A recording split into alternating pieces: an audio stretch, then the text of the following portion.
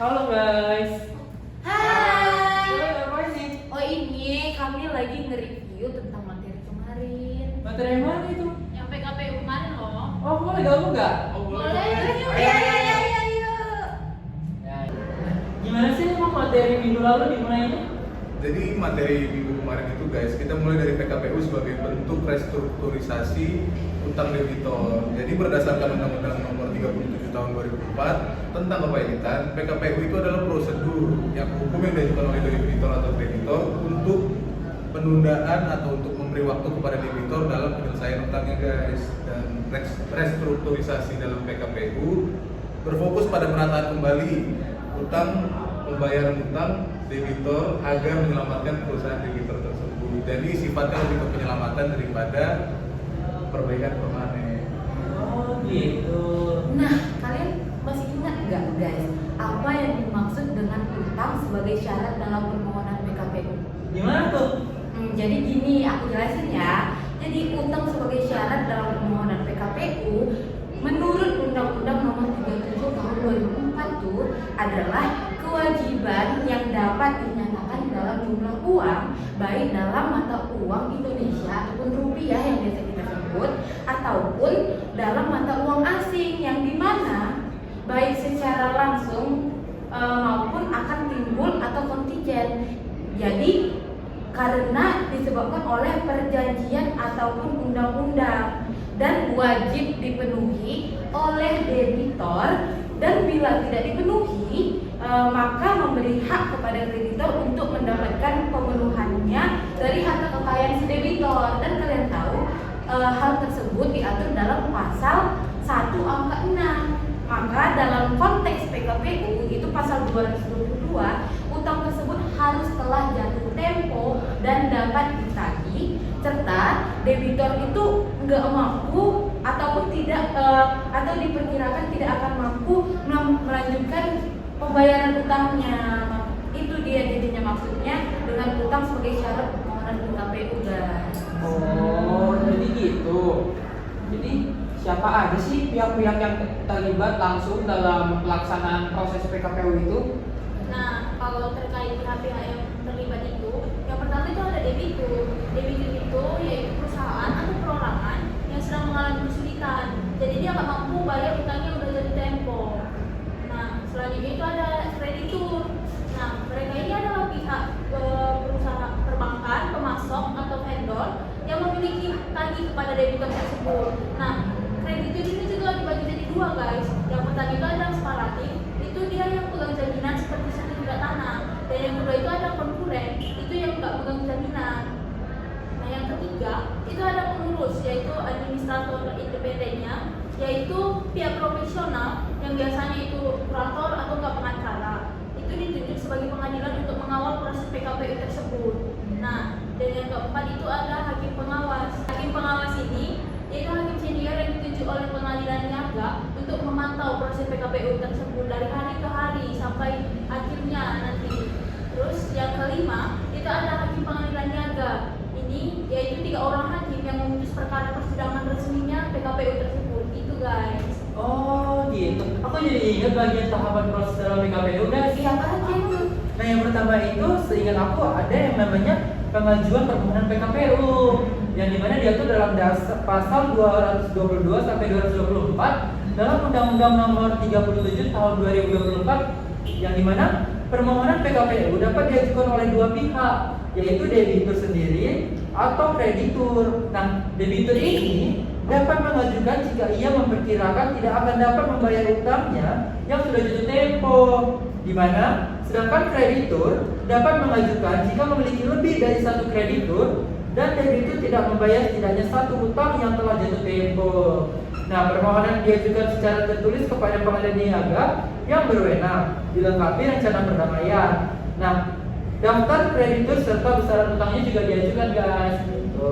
Yang kedua itu ada putusan PKPU yang sementara, yang dimana diatur dalam pasal 225 Undang-Undang Nomor 37 Tahun 2024 juga guys. Dalam waktu paling lambat 3 hari setelah permohonan didaftarkan, pengadilan niaga harus mengabulkan PKPU sementara. Di mana pada tahap ini pengadilan juga akan menunjuk yang pertama itu ada hakim pengawas dan pengurus minimal 1 orang yang merupakan kurator terdaftar guys.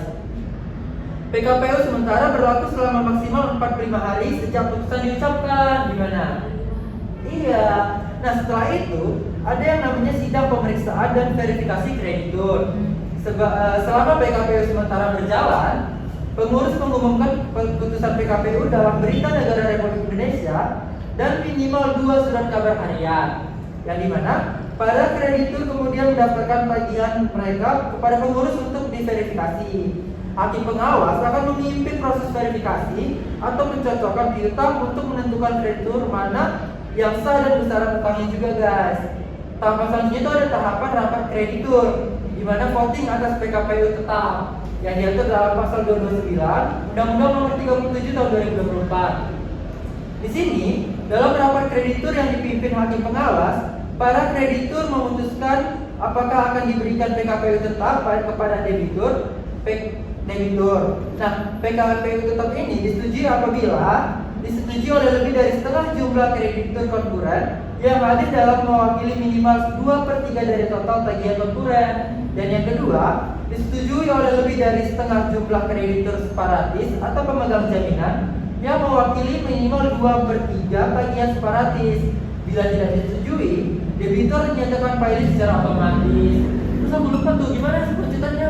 Oke, aku izin nambahin ya.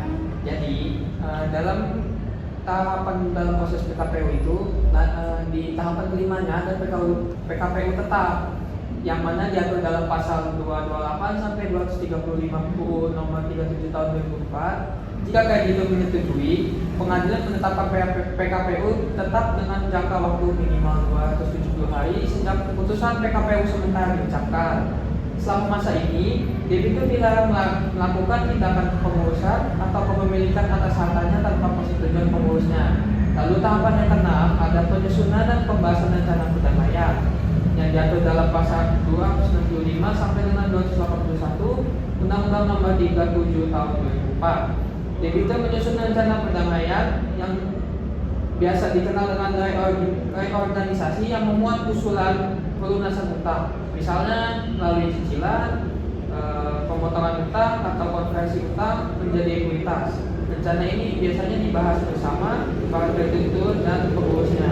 Lalu tahapan yang ketujuh ada voting atas rencana perdamaian. Pemungutan suara dilakukan dalam rapat kreditur. Rencana perdamaian diterima apabila disetujui oleh yang pertama lebih dari setengah jumlah kreditur konkuren yang mewakili 2/3 dari total nilai tagihan konkuren yang diakui. Yang kedua, lebih dari setengah jumlah kreditur separatis yang mewakili minimal 2/3 dari total nilai tagihan separatis. Nah, itu diatur dalam pasal 281. Lalu tahapan yang ke-8 dinamakan pengesahan perdamaian yang biasa disebut juga homologasi.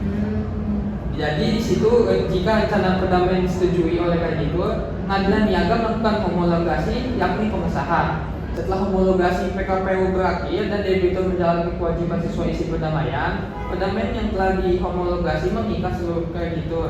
Pengadilan dapat menolak homologasi apabila harta debitur jauh melebihi utangnya atau perdamaian dicapai melalui cara yang tidak jujur. Lalu tahapan yang terakhir yang ke-9 adalah akhir PKPU. Jadi di sini ada dua kemungkinan. Yang pertama, rencana perdamaian disetujui dan dihomologasi, yang berakibat hukum PKPU berakhir dan debitur melaksanakan perdamaian. Lalu kemungkinan yang kedua, rencana perdamaian ditolak atau waktu habis atau debitur berprestasi, yang berakibat hukum di sini debitur dinyatakan valid oleh pengadilan. Jadi itu guys tahapan-tahapan dari proses PKPU. Berarti kalau kita simpulkan nih guys, jadi berdasarkan semua yang kita diskusikan itu tadi dalam mengenai PKPU yang menurut undang-undang, dan tadi banyak kan ya, kita menurut undang-undang 37 tahun 2004 dan SKKMA nomor 3 tahun 2020. Jadi kita dapat tarik kesimpulan itu. Yang pertama adalah PKPU merupakan mekanisme hukum yang diberikan kepada debitor yang mengalami kesulitan membayar utang untuk mengajukan restrukturisasi utang melalui rencana perdamaian kepada para kreditornya guna menghindari kepemilikan. Benar kan guys? Dan dalam pengajuannya itu harus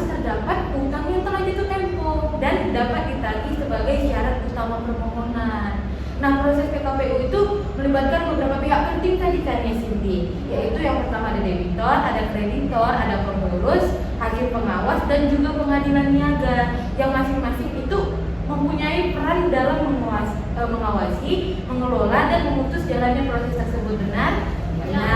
Nah, selanjutnya itu tahapan PKPU itu yang disampaikan oleh si Mikael sama si Raffi itu adalah dimulai dari pengajuan permohonan.